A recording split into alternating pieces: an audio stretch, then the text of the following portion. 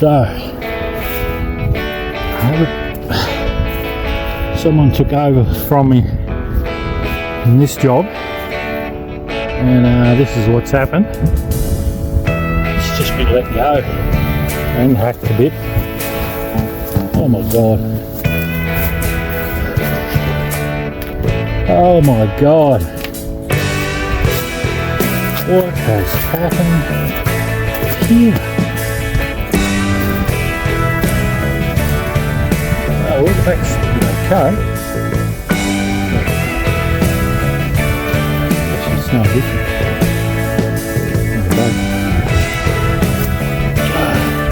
Oh, blackberry's nice.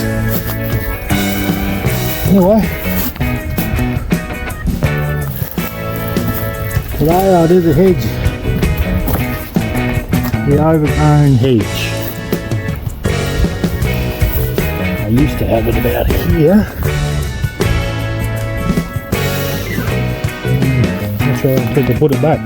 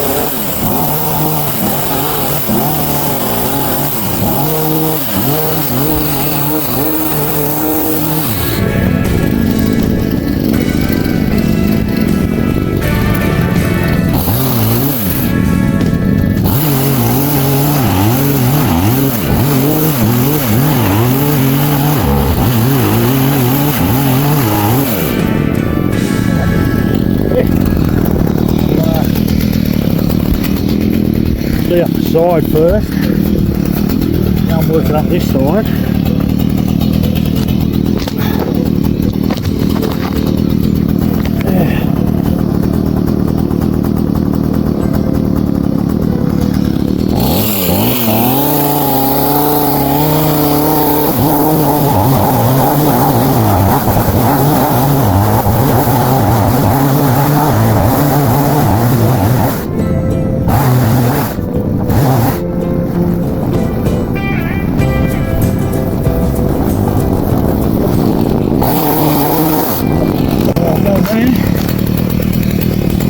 Out near the top.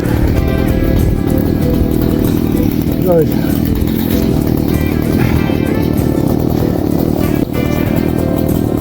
I can do this one. Not as wide.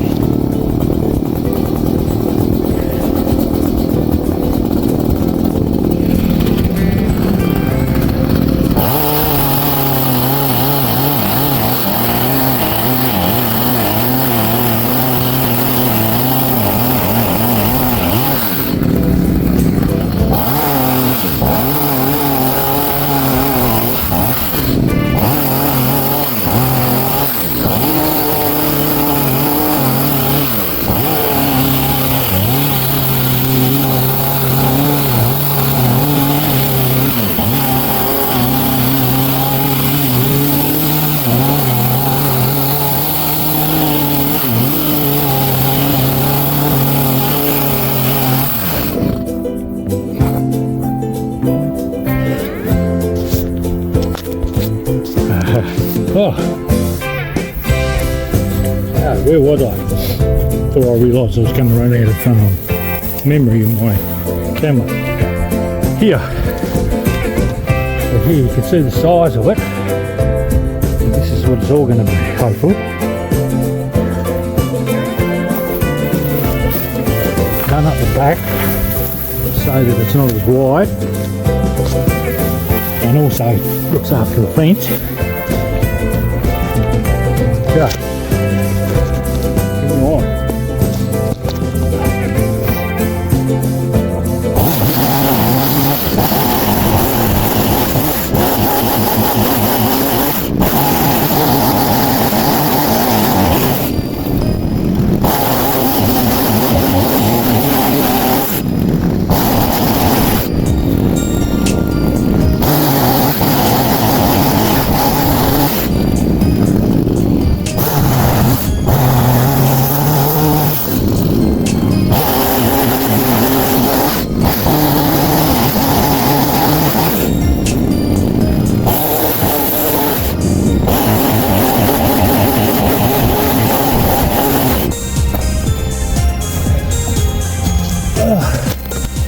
Something else to think about here. See where someone else hacked into it, went too far too quick. So there's a gap there. But that wasn't what I was going to mention. It was just about I always shape them to the lay of the land. So if the land's slightly angled, make the hedge match it. Because if you go really high at the front and low at the back, it's much harder work because you've always got a high bed, which is up there. So basically this is the easiest option, to just go with the lay of the land. Of course, if someone's looking straight out their window and they want it to look level with the sky, you use not the fence, but you use the window ledge as a guideline for the hedge. That's the angle the hedge needs to be. So basically there's two options there, lay of the land or the skyline. Lay of the land is definitely a much easier option because the whole thing's low. There's less to cut off if you do tall one end, but you got to go up the ladder.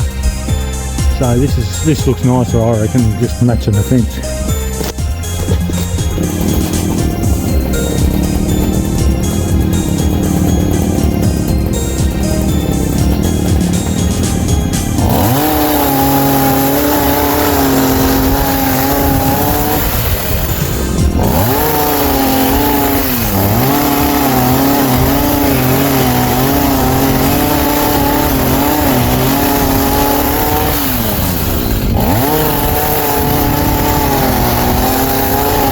Yeah, took about an hour, probably not quite an hour, but there is the cleanup.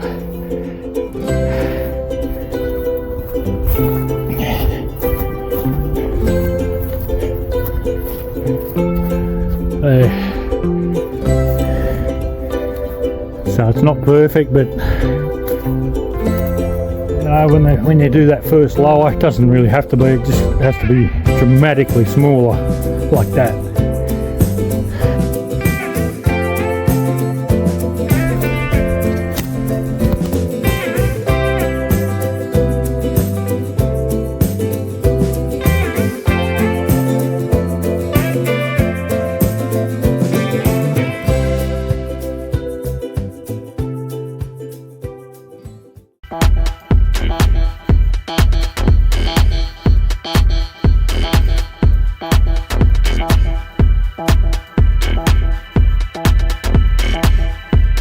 So I'll get to it.